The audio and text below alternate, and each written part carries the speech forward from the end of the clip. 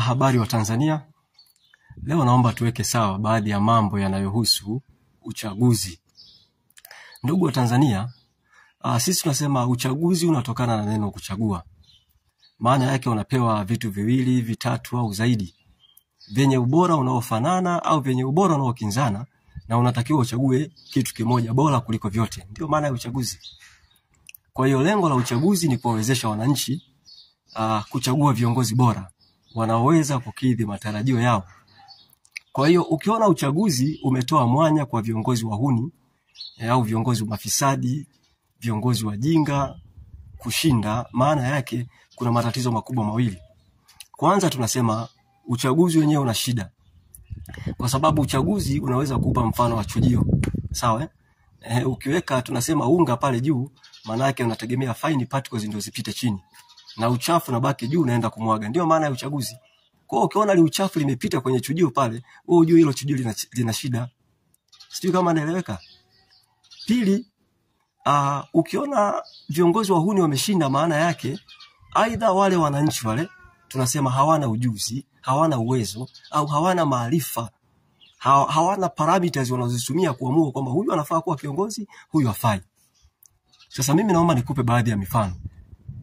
Tunasema ukisoma historia ya uchaguzi katika nchi ya Ugiriki, Marekani, Uingereza, Australia au Canada, miaka ya nyuma, utajifunza mambo makubwa manne. Huko nyuma, kwa maana ya miaka 1800 kushuka chini, kulikuwa na makundi makubwa ya watu wanne ambao walikuwa hawaruhusiwi kupiga kura. Kwanza wanawake, pili watu wajinga, tatu watu masikini, nne watu weusi. Zamani wanawake walikuwa hawaruhusiwi kupiga kura kwa sababu mzungu alikuwa anaamini kwamba ukimpa mwanamke haki ya kupiga kura, maana yake umempa hadhi inayofanana na mwanaume. Pili, watu masikini walikuwa hawaruhusiwi kupiga kura kwa sababu mzungu alikuwa anajua huwezi kumshawishi mtu masikini kwa hoja. Mtu masikini ananunulika. Na ndio maana nyinyi mashahidi huwa mnaona kwenye mikutano ya Chama cha Mapinduzi, utaona watu wengi wamevalia nguo za kijani.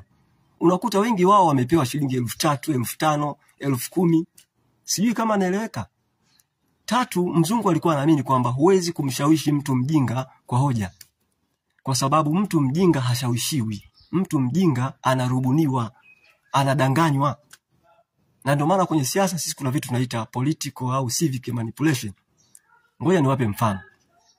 Kwa kawaida watu tunasema mtu mjinga anaelewa kwa urahisi ujinga kuliko uelevu. Yaani wajinga wakikutana wakizungumza ujinga wanaelewana kwa urahisi sana kuliko mtu mwelevu akizungumza mambo ya uelevu mbele ya wajinga. Hawamuelewi. Labda nikupe mfano mwingine. Unaona kwenye huo mkono wako wa kushoto, weka kinyesi au weka mavi. Huo mkono wako wa kulia, weka keki. Alafu mwambie mtu mjinga achague. Utashangaa. Yaani mtu mjinga anaacha keki anachagua mavi. Yaani mtu mjinga, mkono wa kushoto weka kiongozi fisadi, kiongozi mlarushwa, kiongozi ambaye hajasoma, mweke mkono wa kushoto. Alafu mkono wa kulia weka kiongozi msomi, weka kiongozi mwenye akili nyingi. Mjinga anamwacha kiongozi mwenye akili nyingi, anaenda kumchagua mjinga mwenzake. Ndio maana ya ujinga. Mfano, mmeona ule uchaguzi wa kule Kigoma Kaskazini wa Baba Levo. Yaani Baba Levo akiongea watu wengi wanamshangilia. Yaani anaongea ujinga, watu wanamshangilia. Ndio unaweza kuona nchi hii ina kiwango gani, kiwango tunasema ujinga ni mkubwa kwa kiwango gani. Sasa tunasema kwamba pia lengo la uchaguzi ni kupima, je, hii serikali inakubalika? Je, hawa wagombea wanakubalika? Kwa sababu ili serikali iwe halali lazima ipigiwe kura. Kwa sababu kinachowapa viongozi uhalali wa kusimamia rasilimali za umma tunasema ni kwa sababu wamechaguliwa. Sasa kama viongozi wameiba kura, viongozi wametumia mtutu wa bunduki kuhalalisha matokeo, viongozi wameshinikiza tume ya uchaguzi kutengeneza matokeo feki. Sasa huo uchaguzi unawezaje kupima? Unapimaje hapo?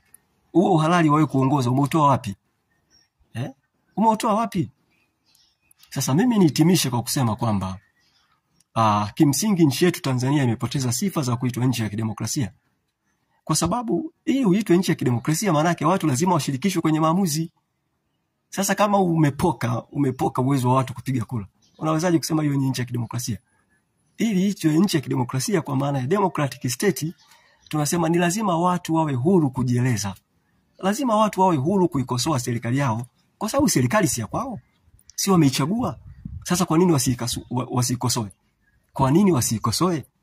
Na kama wakikosoa unawapa kesi ya uhaini. Sasa utasemaje hiyo serikali ni ya watu? Sijui kama linaeleweka. Na unawezaje kusema kwamba Tanzania ni nchi ya demokrasia ya vyama vingi kama vyama vyenyewe vya siasa vinazuiliwa kufanya siasa?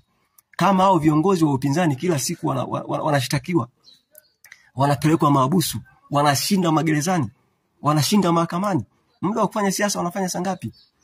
Ndio maana nawaambia Watanzania ifikie wakati sisi wasomi tuzungumze ukweli.